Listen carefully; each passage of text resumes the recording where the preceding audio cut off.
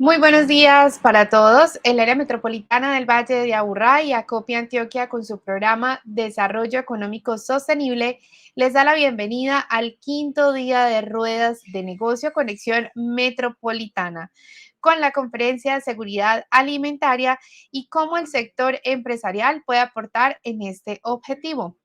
Este es un valioso espacio de actualidad empresarial para el sector de agricultura, agropecuario y alimentos, que hoy inicia con esta conferencia en las ruedas de negocio Conexión Metropolitana. Esta será, por supuesto, nuestra última conferencia de las ruedas y también hoy es nuestro último día de ruedas. Los invitamos entonces a todos a estar muy atentos en este último día y a pues tener sus diferentes citas con los empresarios que ya tienen agendados. Y es momento entonces de presentarles a nuestro experto conferencista, a quien hoy nos va a acompañar con esta valiosa conferencia. Se trata del experto que hoy nos acompañará, Juan Fernando Zuluaga Orreco. Yo les cuento que él es doctor en Ciencias Sociales de la Universidad de Antioquia, magíster en Economía Rural de la Universidad Federal de Ceará, Brasil. También es especialista en finanzas de la Universidad Autónoma Latinoamericana e ingeniero agrícola de la Universidad Nacional, sede de Medellín, y actualmente se desempeña como coordinador de gestión territorial nacional de la FAO Colombia. Y antes de dar paso a nuestro experto, les invito a que realicen sus preguntas en el chat ubicado en la parte inferior de la pantalla. Y ahora sí, sin más preámbulos, los dejo en compañía de nuestro experto Juan Fernando.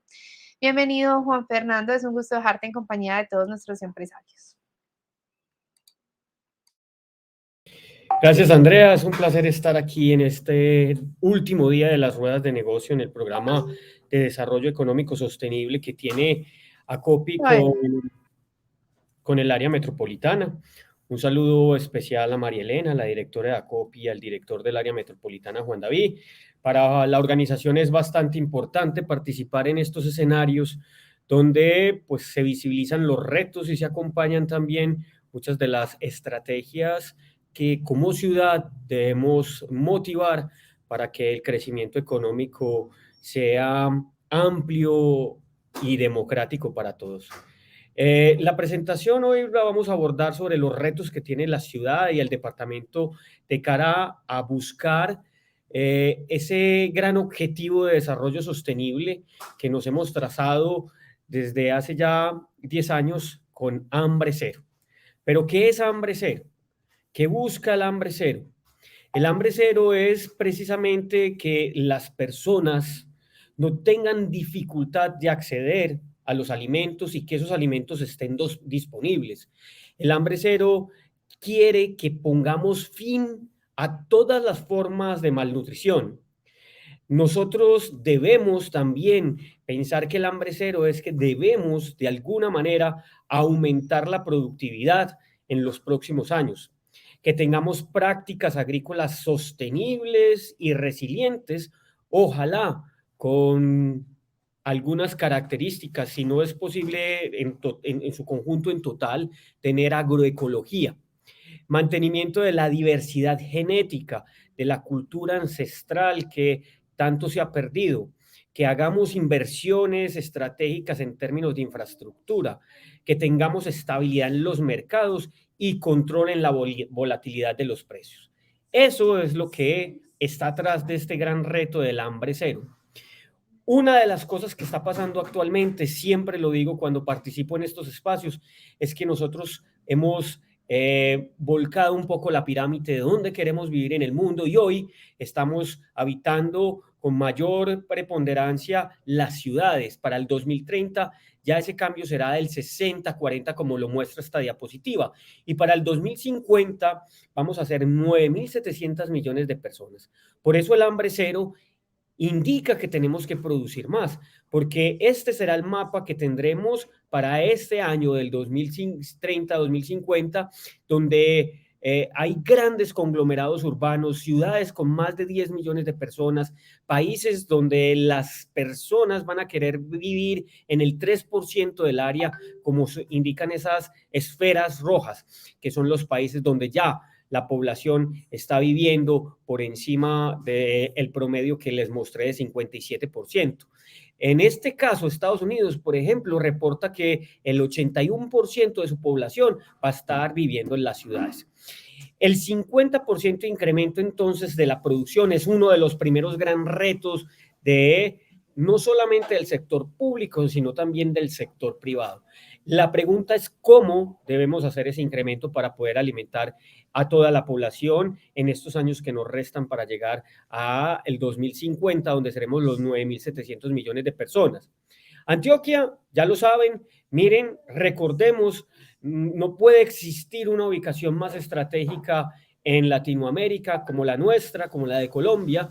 Nosotros recordemos que tenemos 6.550 millones de habitantes en un área de 63.600 kilómetros cuadrados y Medellín representa, y Medellín, el Valle de Aburrá, su área urbana, más o menos el 2 o 3%. Y hoy podemos decir que aportamos el 15% al PIB de la nación.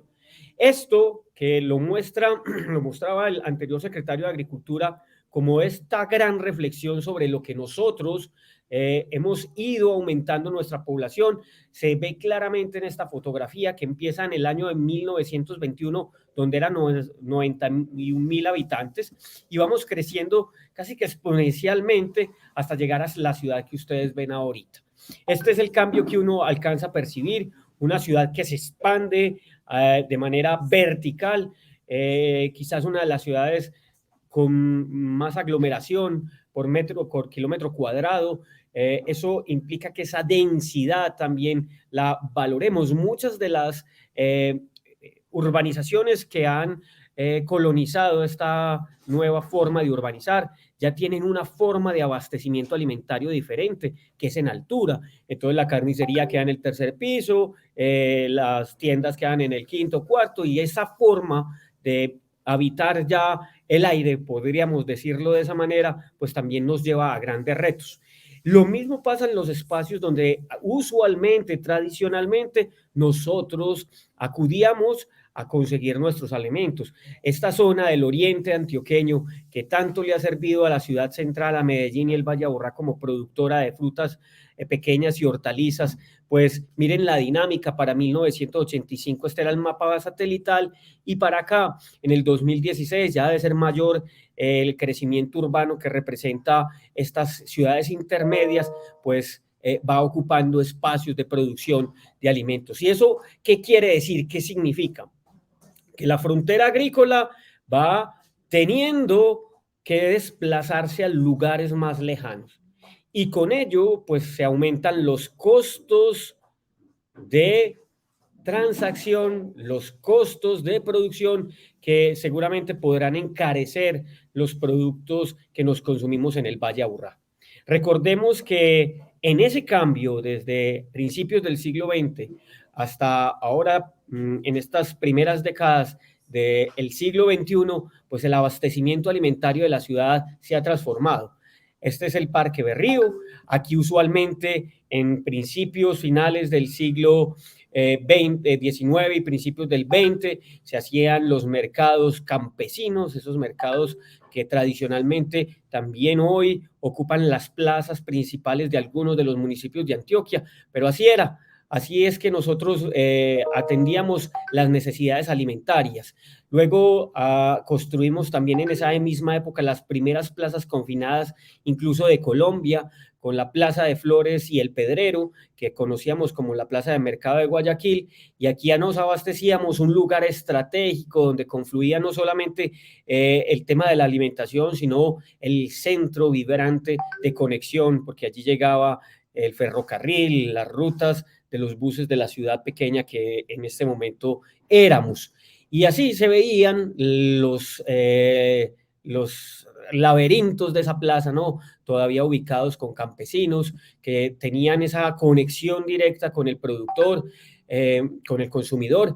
Y pues finalmente esto se fue transformando. La Plaza de Flores, esta era una dinámica bastante especial porque a principios del siglo XX las plazas confinadas no eran un ejercicio público, no estaban en manos del Estado, sino que eran iniciativas privadas, ¿no? Y al ser privadas, pues ahí había un negocio de alquiler de los locales, también un negocio en la participación de la comercialización de bienes alimentarios, pero pues su desorden, las problemáticas asociadas a una planeación de ciudad hicieron que para la década del 60, con un diseño que llegó desde 1940 con las primeras planeaciones urbanas de la ciudad de Medellín, trasladáramos esas centrales de abasto a una mucho más lejana en ese momento. Ahora está al interior de la ciudad, pues la ciudad prácticamente la consumió con su malla urbana,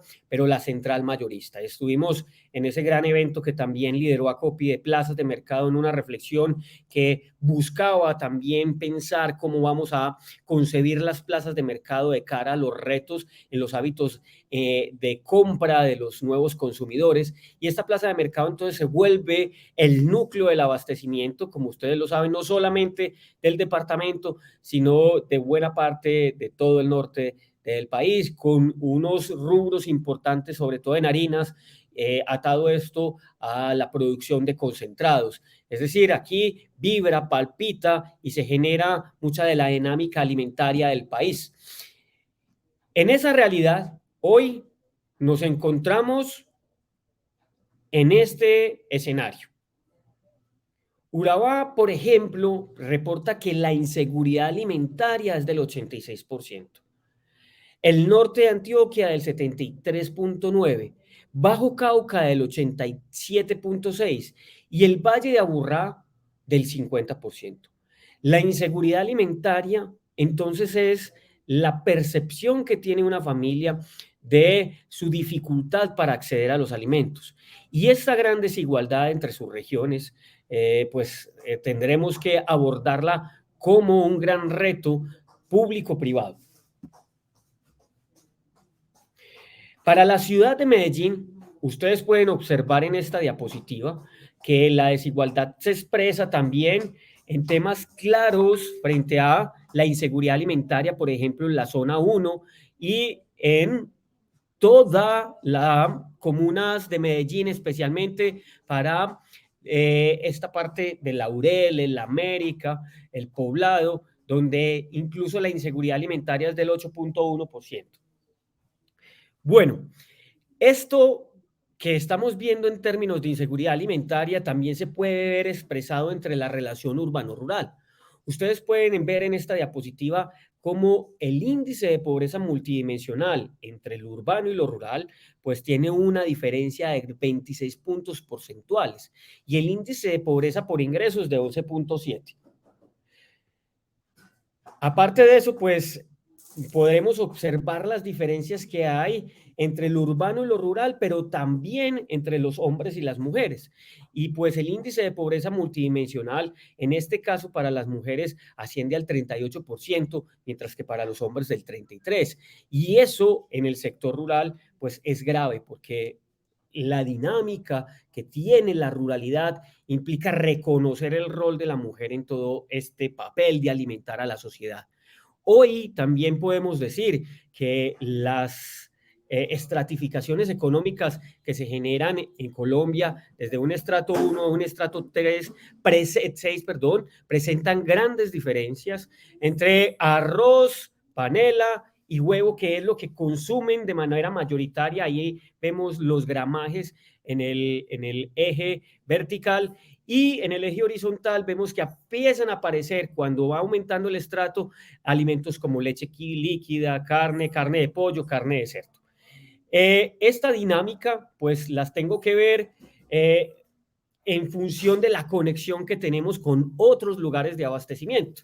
Entonces, para la central mayorista, unos datos que se han confirmado en varios estudios, el 63.1% del alimento llega de otros lugares que no son Antioquia, mientras que solo de Antioquia pueden reportarse 27.4% y casi el 10% de importaciones llegan a la central mayorista. Una dinámica se presenta similar para la central minorista, donde el 53% de los productos que llegan de otro departamento y el 42% de otra ciudad. En términos de volúmenes, estamos diciendo que al Valle de Aburrá, que estamos hablando más o menos de hoy actualmente unas 1.500.000 toneladas de alimento, pues esto nos pone en una conexión directa con otras regiones del país, ¿sí? Como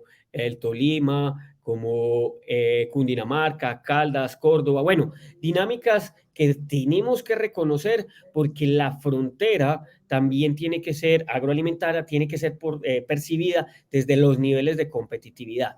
Lo que resulta extraño es que en productos donde Antioquia tendría una gran oportunidad de ser competitivos, como el arroz, el frijol, la papa, la panela y el maíz, que tenemos las zonas donde no solamente podemos ser competitivos en términos de rendimiento, sino de capacidades de la gestión, del conocimiento y la gestión humana, porque allí en esos espacios hay ancestralidad que sabe cultivar todos estos productos, pues estamos trayéndolos de otros lugares. ¿Y eso qué significa? Que en arroz Antioquia trae de otros lugares que no son el departamento 223 millones de dólares al año. Lo mismo sucede con el frijol, la papa, la panela, para indicar que por causa de no utilizar el territorio de manera eficiente, pues Antioquia está dejando de percibir 972 millones de dólares al año. Esto por rubros lo podríamos ver así, ¿cierto? Entonces, por ejemplo, de otros departamentos, Antioquia trae el 72% de la papa, del mango el 74%, de la papaya el 75%, del plátano el 75%, del limón el 83% y del arroz, miren qué difícil este valor. El 97% del arroz lo traemos de otros lugares, teniendo zonas que podrían ser sumamente productivas como el Bajo Cauca antioqueño o el Urabá, con un sistema de producción secano, pero igual podrían tener una participación mayor. Con esto no estoy queriendo decir que se busque la autonomía absoluta, pero sí que existan unos niveles de equilibrio mucho más certeros. Cuando uno va a dibujar el mapa de la ciudad, región del sistema agroalimentario, es decir, cuáles son los municipios que más le aportan al sistema agroalimentario del departamento, pues tendríamos que decir que lastimosamente solo se iluminan 32 municipios, que son los que ustedes están viendo en esa diapositiva. Estos son los municipios que mayor dinámica comercial y productiva le representan al departamento. De ese 27% que llega de Antioquia, pues el 60% de los alimentos llegan de esta ciudad-región, de este mapa que estamos iluminando aquí. Una pregunta que podría resolverse con claridad es ¿por qué? Y una de las razones, no la única, pero sí muy fundamental, es que como se observa en esta diapositiva del lado derecho, esos municipios tienen disponibilidad de agua. Por eso en FAO hemos recurrido a pensar y a inculcar en los gobiernos que el agua también es un alimento, el agua como alimento y el agua también se cosecha.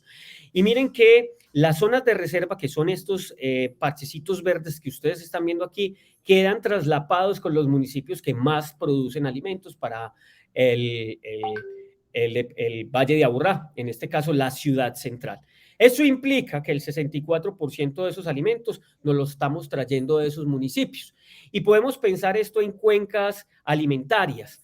Así como lo pensamos en Cuenca, los lugares que no están iluminados, tenemos que pensarlos también cuál serían esos productos que jalonarían la economía regional.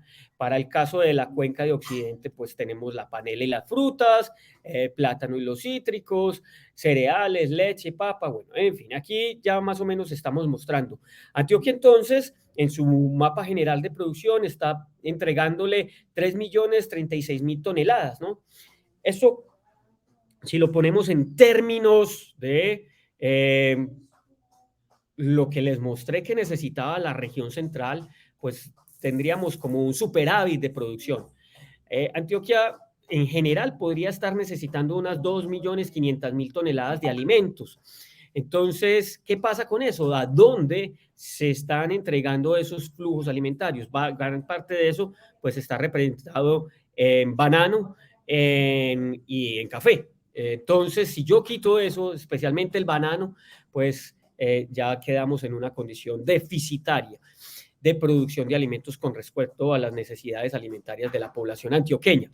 Este es un diagrama donde mostramos cuáles son los actores más relevantes de todo el sistema y lo que podemos ver pues es que por compartimentos, es decir, si yo fragmento el sistema de abastecimiento, pues tengo que empezar con lo que pasa antes de lo que podríamos decir que es la producción primaria.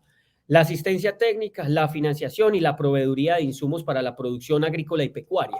Eso en Antioquia tiene que ser fortalecido, porque la asistencia técnica que hoy estamos con un programa de extensión agropecuario con nuevas reglamentaciones, pues debe mejorarse de acuerdo a las potencialidades de cada territorio. El espacio de producción, pues la podemos dividir con la agricultura familiar no asociada, que representa el 51%, y la asociada, que es el 6% en total. Estimamos que la producción agrícola del departamento de Antioquia está situada en un 60% en promedio, pero hay en rubros como las legumbres, lechuga, zanahoria, repollo, frijol en algunos casos, y en algunas regiones podría llegar hasta un 80% de participación de la agricultura familiar campesina y comunitaria. Y así nos vamos por cada uno de los compartimentos que tenemos acá. Y vemos, pues, desafortunadamente que la intermediación sigue costándonos bastante en términos de porcentaje de participación en ese nivel de intermediación. Otra cosa diciente de todo el sistema de abastecimiento alimentario del departamento es que nosotros tenemos desafortunadamente también una atomización muy grande del sector de transformación. Ese sector de transformación, pues como ustedes lo pueden ver, elaboración de productos alimenticios, hay 419 empresas registradas en la Cámara de Comercio, pero 4 de ellas solo son consideradas grandes, 6 medianas y el resto, el gran volumen de esta producción, eso pues lo sabemos, la base productiva del el departamento de Antioquia está en la microempresa. Pero el reto es, miren cómo ha avanzado, por ejemplo, Tokio en la producción de alimentos. Tienen estas biofábricas donde se producen lechugas. Esas lechugas alcanzan a producir 30,000 al día y esas lechugas representan un total de generación de empleo de 25 empleados. Eso implica lo siguiente. Dame un segundito, por favor.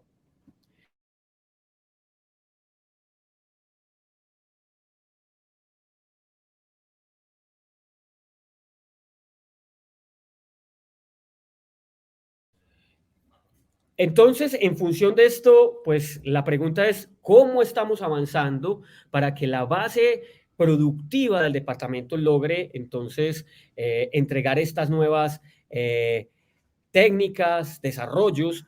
En este caso, por ejemplo, a partir de células madres se puede producir carne que pues no es estrictamente carne, pero es una alternativa de alimento que pues puede ser y representar un alivio incluso para muchas familias. Alambiques creados a través de atún cultivado y pues todo esto nos lleva a que uno de los grandes retos no solamente es generar nuevas innovaciones, aprovechar las innovaciones y desarrollos que entregan la universidad, sino que pues también es necesario que empecemos a pensar cómo podemos generar mayores dinamismos en la agrologística. Aquí en esta diapositiva muestro cómo el intermediario comercial y el intermediario transportista están ocupando un valor más o menos del 50% de la conexión entre territorios. ¿Eso qué implica? Eso implica que un productor que está ubicado en la zona de Urabá, por ejemplo, que está produciendo yuca, que puede estarle costando a precios del momento en que se hizo esta evaluación unos 270, 300 pesos producir su yuca, la vende a 370 pesos a un intermediario. Luego ese intermediario la entrega 800 pesos, mientras que el productor se ganó 100 pesos por kilo, pues ese intermediario se ganó 430 pesos. Y así va llegando hasta el producto, hasta el comerciante que lo entrega al consumidor final en 1.800. Entonces, un producto que salió en 370 pesos es vendido al consumidor en 1.800 pesos. Y esto, pues, lo vemos reflejado un poco en los picos y esos ciclos que tienen los cultivos de cosechas.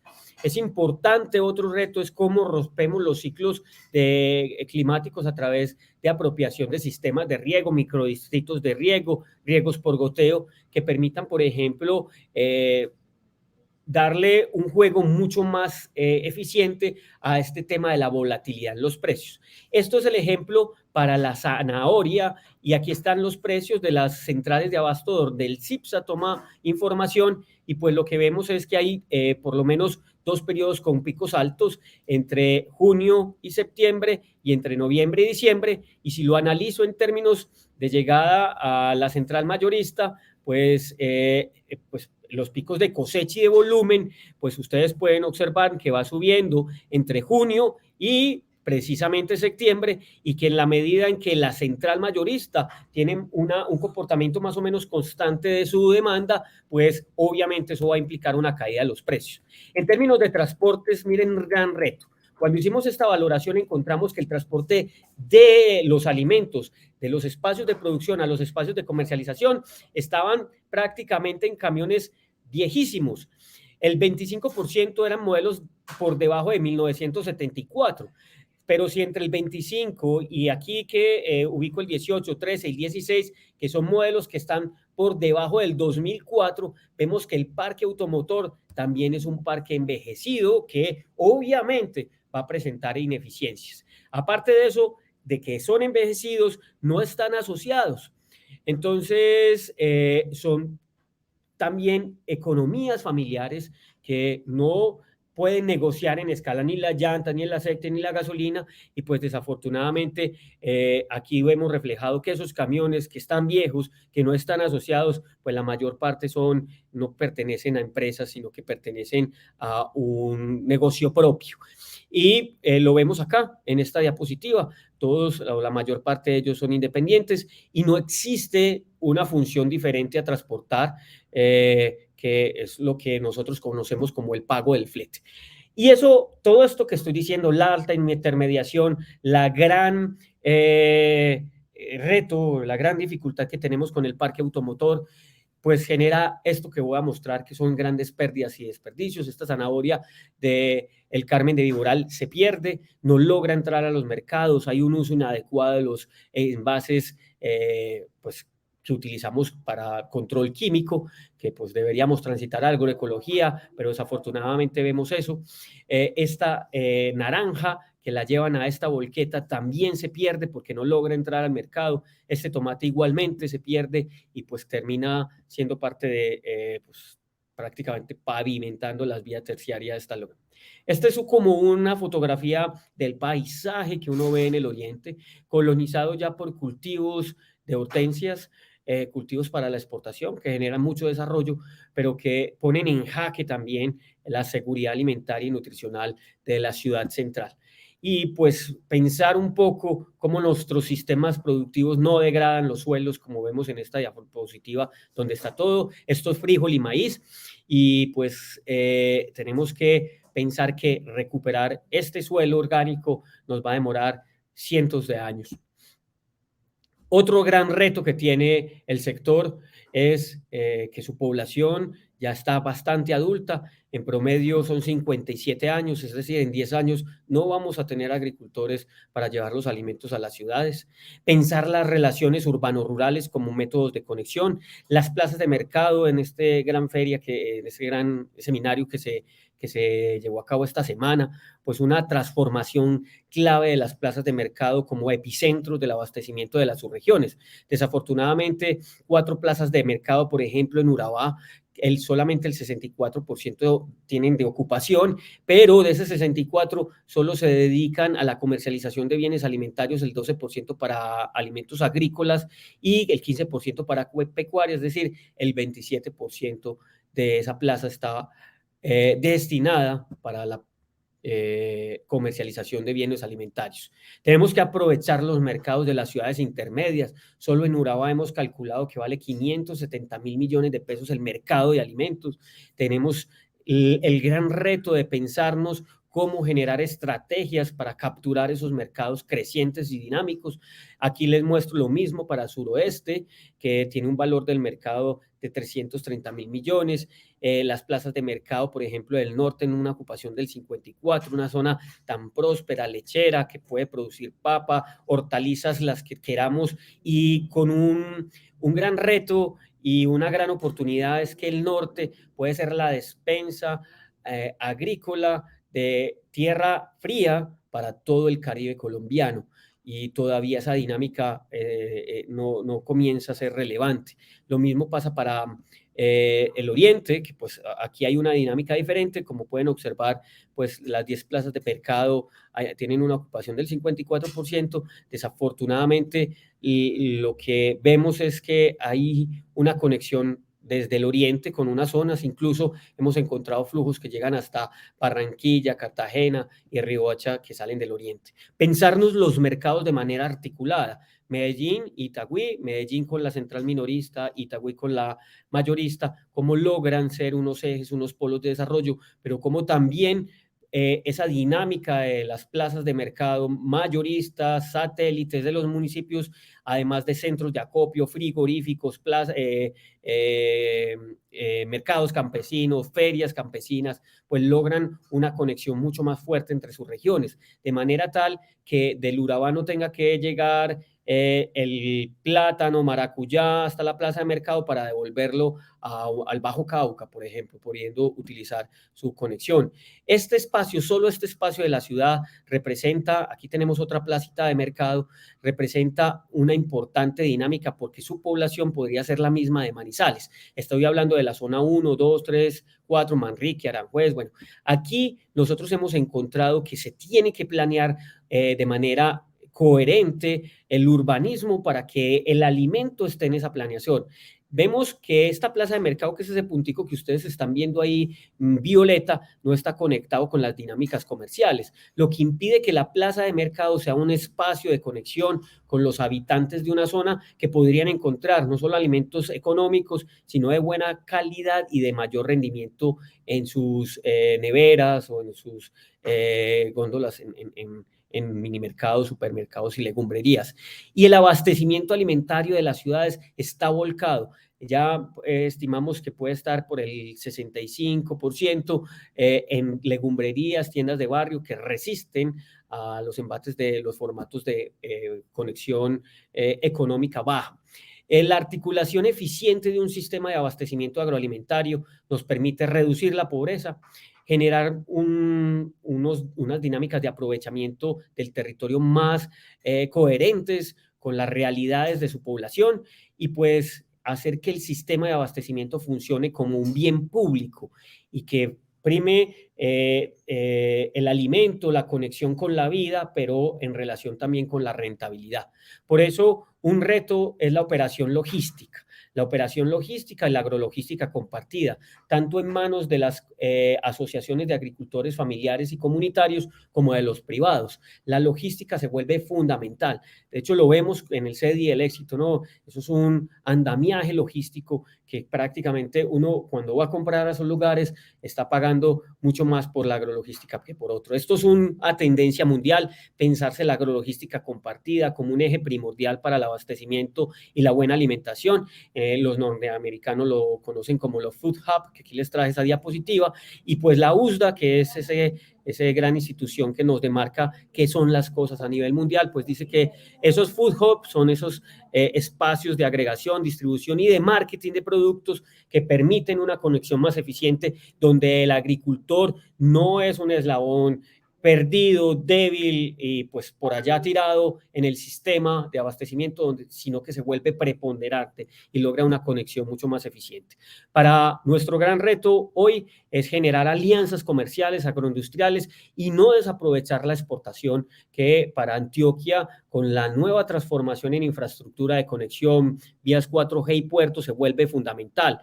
Entonces, lo primero es que conozcamos los mercados, socialicemos metodologías y bueno, pues la validación de todo este acompañamiento no puede estar solamente en el sector público. Debe ser un desarrollo público-privado para que el sistema de abastecimiento implique generación de confianza, pasar de visiones netamente sectoriales a visiones territoriales y pues que la agricultura familiar campesina y comunitaria esté conectada con esos desarrollos. Por ellos es que doy gracias porque son parte fundamental del abastecimiento.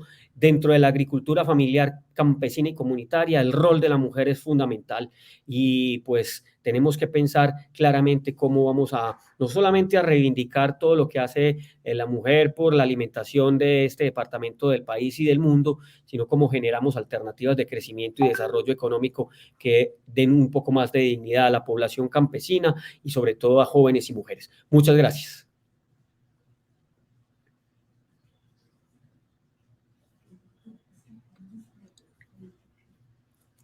Bueno, Juan, mil gracias por tu intervención. Yo te cuento que en este momento tenemos dos preguntas en el público que me gustaría que nos ayudaras aclarando. La primera nos la hace Rosemary, nos dice cómo se puede generar una cultura del campo que sea atractivo para los jóvenes con el fin de generar esa renovación generacional y que nuestra población agrícola no desaparezca o se envejezca exageradamente. Esa sería la primera pregunta. Bueno, ese es un gran reto porque las oportunidades para nuestros jóvenes están muy limitadas. Ya se decía en algunos estudios que un joven que está en la ruralidad dispersa puede estar 9 veces por debajo de oportunidades que un joven de una ciudad. O sea, la brecha es gigante. ¿Cómo creamos dinamismos territoriales que permitan que los jóvenes vean en la ruralidad una alternativa de habitar el mundo con dignidad? Lo primero es que tenemos que empezar a generar apropiaciones de innovación social que permitan que los territorios se conviertan en verdaderos conectores del abastecimiento alimentario, si lo pienso desde esta perspectiva. ¿Eso qué quiere decir? Que no solamente es entregar el producto a una dinámica comercial donde el agricultor o las familias pierden el valor de su producto. Tenemos que generar las condiciones para que la familia, las organizaciones, las veredas sean dueños del producto hasta el punto más cercano del productor final. Y ahí es donde empiezan a aparecer muchas oportunidades para jóvenes, comercio digital, temas de movimientos a través de transportes, es decir, cómo nosotros logramos generar dinamismos en los transportes. Y siempre, esto lo decimos en doble vía, no se puede pensar el abastecimiento alimentario solamente de salida, desde una vereda hacia la ciudad o hacia el mercado, sino que esa vereda que puede estar constituida en promedio entre 30 o 60 familias, en Urabá y el Bajo Cauca el promedio es un poco más alto, que llega hasta 80, 100 familias por vereda. Esas familias también demandan alimentos. Esas familias también consumen azúcar, también consumen aceite. Entonces, la dinámica de abastecimiento tiene que estar de entrada y de salida. Y ahí, pensada como un negocio de agrologística, empezamos a ver que hay una oportunidad de interacción entre jóvenes y adultos, y sobre todo adultos con grandes conocimientos sobre cómo se produce.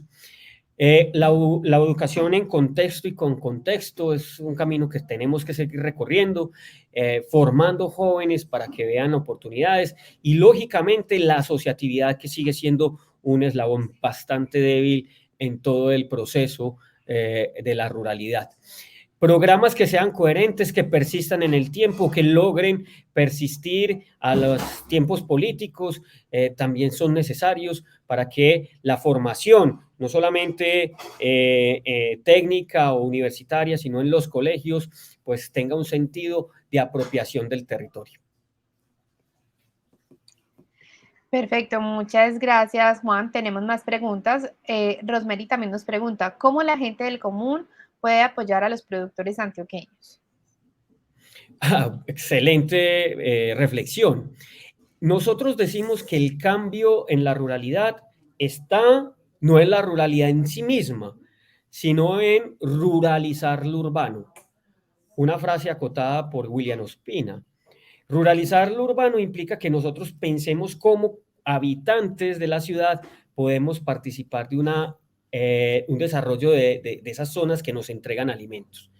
Preguntémonos cuántas veces nosotros visitamos un mercado campesino o visitamos un supermercado y buscamos no solamente el frijol porque está barato, porque tiene condiciones organolépticas pues, que se adecúan a nuestros gustos, sino que acudimos buscando el del Carmen de Viboral, el de Liborina, ¿sí? Cómo nosotros pensamos con un acto simple de cómo podemos ayudar a comprar directamente, ser más generosos en acudir a esos mercados que tenemos, ¿no? Y hay muchos en la ciudad, Colibrí, creo que es uno de los que no solamente que compra directamente, sino que es orgánico.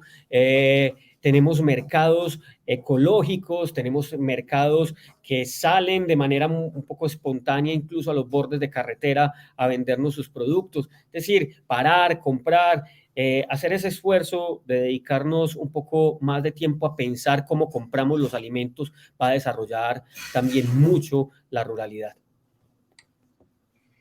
Perfecto. Bueno, Julián Antonio Restrepo Rodríguez nos hace dos preguntas. Nos pregunta, ¿cuál considera usted que es el principal problema actualmente para Antioquia con relación a la seguridad alimentaria? Y nos pregunta también, ¿ve importante el tema de la soberanía alimentaria para Antioquia o ve más importante el tema de la seguridad alimentaria? Bueno, voy a responder la segunda para entender un poco la La pregunta, primera. la respuesta, sí, la primera. Miren, en todas estas temáticas hay tres conceptos clave, ¿no? Seguridad alimentaria y nutricional, soberanía alimentaria y derecho humano a la alimentación, ¿sí? La seguridad alimentaria y nutricional es un concepto técnico, ahí se operativiza la política pública y pueden, en sus determinantes, pueden encontrar absolutamente todo lo que incide en que nos podamos alimentar en sus dimensiones, acceso y disponibilidad, inocuidad, trazabilidad, bueno, sus dimensiones nos dan un camino para que de manera técnica podamos encontrar ese reto de la seguridad alimentaria, siempre con el apellido y nutricional, porque la paradoja actual es que sufrimos de hambre y sufrimos de obesidad, ¿no? Entonces estamos malnutridos y es importante entregar elementos técnicos que son consensos incluso a nivel mundial, que reconocen dinámicas culturales que están ahí plasmadas en el concepto técnico. Dos conceptos políticos, uno de ellos jurídico, que es el derecho humano a la alimentación, que viene del artículo 25 de la Declaración de los Derechos Humanos, que luego es reivindicado en la Declaración o en el Pacto por los Derechos Sociales, Culturales y Económicos en su artículo 11, y que todos los firmantes de ambos pues se comprometen a luchar contra el hambre. Pero luchar contra el hambre con una condición, que eso no implique que sacrifiquemos otros derechos como la vivienda digna o el estudio que es necesario para el progreso, como el vestuario digno también.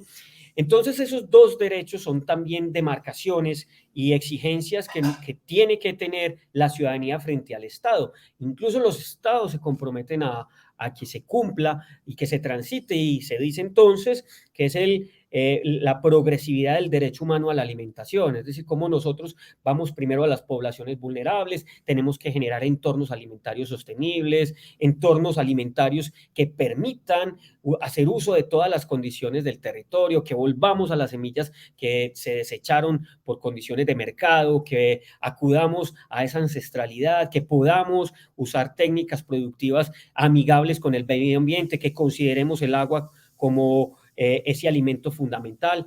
Y de esa manera, pues paso a la pregunta uno, el gran reto de Antioquia, primero gigante, uno, aprovechar las transformaciones del territorio a través de toda la infraestructura que llega, que eso no excluya las poblaciones campesinas, como sucede en Bajo Cauca. Es importante generar conexiones con esas nuevas infraestructuras para que nadie se quede atrás, como decimos nosotros, en términos de desarrollo y progreso. Para eso, entonces, es importante programas sostenibles que de verdad lleven técnicas y tecnologías que no son, pues, de las de hace 30 años, un riego por gotero, eso se inventó hace mucho. Necesitamos de verdad agricultura que sea eficiente y que permita que los territorios se vuelvan más competitivos. Para eso tenemos que generar capacidades humanas. Entonces, ¿cómo motivamos la educación en nuestros sectores? Pero para motivar la educación en esos sectores tenemos que hacerlos competitivos contra el mercado laboral de la ciudad, porque los sectores agrícolas y pecuarios, un zootecnista gana muchísimo menos que un ingeniero de producción en la ciudad. Entonces hay que empezar por encontrar esos niveles de equidad importantes a través de, obviamente, de que los mercados respondan.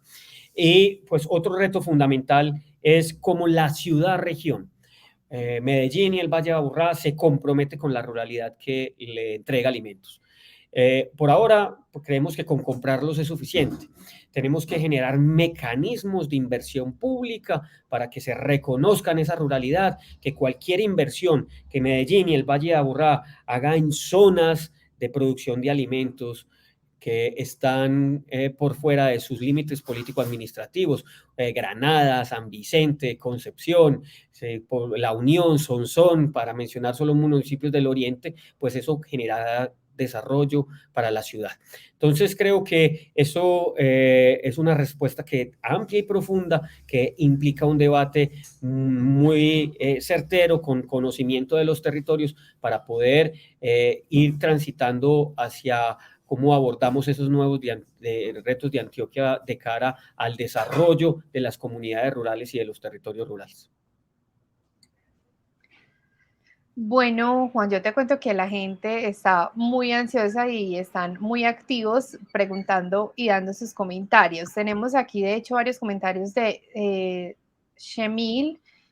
Nos dicen, buen día, en Melody Tree estamos comprometidos con la soberanía alimentaria, realizamos la separación de residuos sólidos en la fuente, desarrollamos el proceso de compostaje y desde ahí producimos huertas y jardines funcionales. Estamos atentos para servirle y que usted también pueda disfrutar de alimentos sanos en la puerta de su hogar, pero también nos hace varias preguntas. Por favor, indíquenos precisamente. Quise leer ese contexto para que entiendas de qué trata este emprendimiento y las preguntas que nos van a hacer a continuación. Nos dicen, bueno, por favor, indíquenos cómo consolidar una iniciativa de ciudadanos frente a las huertas urbanas. También nos dice, por favor, indíquenos una ruta o un paso a paso para lograr encontrar acompañamiento o financiación para consolidar las iniciativas ciudadanas de producción de alimentos desde casa. Y por último dice que le gustaría mucho poderse contactar con usted, señor Juan, para que los asesore, porque tienen un proyecto creativo en Bello para llevar a los hogares el conocimiento de la horticultura para producir alimentos sanos en casa.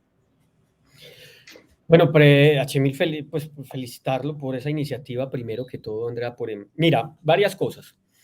Es fundamental, ya que estamos aquí con el área metropolitana, con quien trabajamos de la mano en estos temas, que tengamos el programa metropolitano de agricultura urbana. Ese programa metropolitano de agricultura urbana no solamente es producir alimentos, porque Chemil ahí lo pone en términos de una dimensión importante, pero la agricultura urbana tiene un modelo de educación donde se valora la relación con el alimento. Entonces, una de las cosas que tiene que pasar es que los planes de ordenamiento territorial consideren la agricultura urbana como un ejercicio fundamental de planeación, que se aprovechen los espacios verdes de la ciudad para tener alimentos, que tengamos muchos más colectivos de jóvenes, chicos y chicas que estén pensando que el alimento, esa conexión con el alimento nos lleva a una conexión con la tierra, con el agua, con los recursos naturales, que se pueda hacer educación alimentaria a través no solamente de pensar la huerta como una fuente de alimentos, sino como un instrumento de educación. Y otra cosa importantísima es que la agricultura urbana pues nos lleva a muchas otras cosas de la ruralidad que se piensan desde unos mecanismos que no llegan a la ciudadanía. La ruralidad, en el caso específico de Medellín, no solamente que entrega pocos alimentos, en realidad no llega ni siquiera al 1%, pero esa ruralidad de Medellín tiene un factor fundamental que es un gradiente térmico que permite que la ciudad no solo se oxigene, sino que tenga unas buenas temperaturas para habitar. Entonces, todo esto lo podemos trabajar a través de conceptos como las Green Cities. Uno de los grandes logros de este plan de desarrollo es la ecociudad, que es ciudades verdes, pensarnos las ciudades verdes no solamente para los árboles, que es uno de los elementos fundamentales, sino también cómo interacciona esos espacios verdes con las huertas urbanas y la producción de alimentos. Y los alimentos no solo para nosotros, sino para la fauna y la flora. Entonces, los alimentos tenemos que pensarlos también para compartirlos. Y pues eso nos lleva a otro concepto que son las ciudades inteligentes o las smart cities, que pues precisamente se piensan no solamente en su momento, sino en un momento de muchas generaciones allá. No estoy hablando de los próximos nietos, no estoy hablando de 100, 120, 200 años, para que las ciudades se vuelvan realmente espacios de conexión con la vida. Creo que me preguntas otra cosa, Chemil, sobre la ruta, y debo también mi contacto, ahorita lo escribo. Mira, nosotros acompañamos todos estos procesos en función de también ponerlos visibles. Eh, la ruta de financiamiento es compleja, eso es otra de las limitantes que tenemos. Los proyectos de agricultura, de transformación de alimentos, no son proyectos que tengan grandes niveles de financiación. Es importante ir detonando eso en el sistema financiero, en el sistema de cooperación, pero es fundamental. Por eso con la alcaldía en este momento estamos creando una oficina para el acompañamiento a la formulación de proyectos. Muchos de los presupuestos se pierden en este sector porque los proyectos no se formulan de manera adecuada. Entonces vamos a crear una oficina de gestión de proyectos que inicialmente será para Medellín. Creo que es necesario tenerla para el Valle de Aburrá. Vamos a tener un censo predial. Vamos a estimar cuál es el área productiva de bienes alimentarios de toda la ruralidad de Medellín, que esperamos también ampliarla un poco para el Valle de Aburrá. Estamos en eso con el área metropolitana para cruzar datos y poder tener estimaciones de qué potenciales y qué oportunidades tenemos en esa ruralidad del Valle de Aburrá. Perfecto. Y ya la última pregunta sería de Julián Antonio Restrepo Rodríguez. Nos dice, ¿cómo articular el procesamiento de residuos orgánicos generados para transformarlos en abono orgánico y que puedan ser empleados por los agricultores? ¿Ve mejor que el campesino haga su propio compostaje o que haya un gran generador de compostaje? Sin duda alguna, transportar el compost sale caro. Eso se debe hacer en situ, no solamente porque pues, es una gran fuente de fertilización, sino porque nos lleva a la economía circular, un concepto de aprovechamiento productivo que realmente es estructural y que permite generación de ingresos en todos los eslabones de producción. Nosotros creemos que debemos construir biofábricas por vereda, es decir, donde tengamos espacios de producción veredal, debe existir una biofábrica. Y una biofábrica comunitaria, ¿sí? Eso bajaría los costos de los insumos, recuperaría los suelos, como lo mostré allí, y permitiría incluso que el campesino, si tiene excedentes en bioabonos, que no solo podrían ser compost, ahí puede haber lombricultivos, que esa permicultura también es valiosísima. El humus de lombriz tiene unas condiciones de recuperación, de conductividad eléctrica, pues bastante interesantes y muy valoradas por el mercado. Entonces, las biofábricas son, por ejemplo, uno de los grandes retos que tiene el departamento en términos de agricultura. Y pues obviamente acudir a esas fuentes pues implica que hagamos un esfuerzo muy grande también de tener sistemas de producción masificados, ¿no? Eso con las biofábricas no en parte se solucionan pues algunas de las necesidades de fertilizantes orgánicos, pero sí es fundamental que la ciudad, existen ya empresas que se dedican a eso, no sé si aquí estén, biobonos, bueno, podría mencionar unas 3 o 4, logren participar de una manera más fuerte del mercado de fertilizantes orgánicos departamentales. Perfecto. Bueno, ya hace un momento estuvieron pasando los contactos de Juan para que los empresarios puedan tomarlos. Igual yo acá les voy a repetir el que él nos regala. Nos da juan.zuluaga.orrego@fao.org. Ya en ese momento precisamente están pasando los contactos en la parte inferior de la pantalla. Bueno, ya no hay más preguntas. Igual creo que también para cumplir con la hora y para que cada uno pueda continuar pues con su agenda del día, daríamos entonces por finalizado este evento. Agradecerle muy especialmente a Juan. No sé si quieres decir algo ya para finalizar.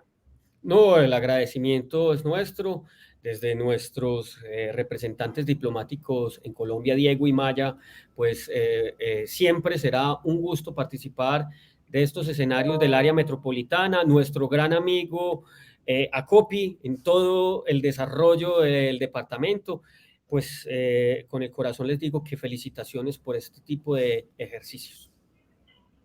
Perfecto. Bueno, Juan Fernando, mil gracias por tu participación. También un especial agradecimiento y un gran abrazo a toda FAO Colombia por vincularse a nuestras ruedas de negocio con esta valiosa conferencia para el sector de agricultura, agropecuario y alimentos. A todas las personas, muchísimas gracias por haberse conectado a este último encuentro académico de las ruedas de negocio. Recuerden que pueden participar del espacio de conexión empresarial para comprar y vender sus productos y servicios. Nos vemos en una próxima oportunidad. Para todos un feliz resto de día.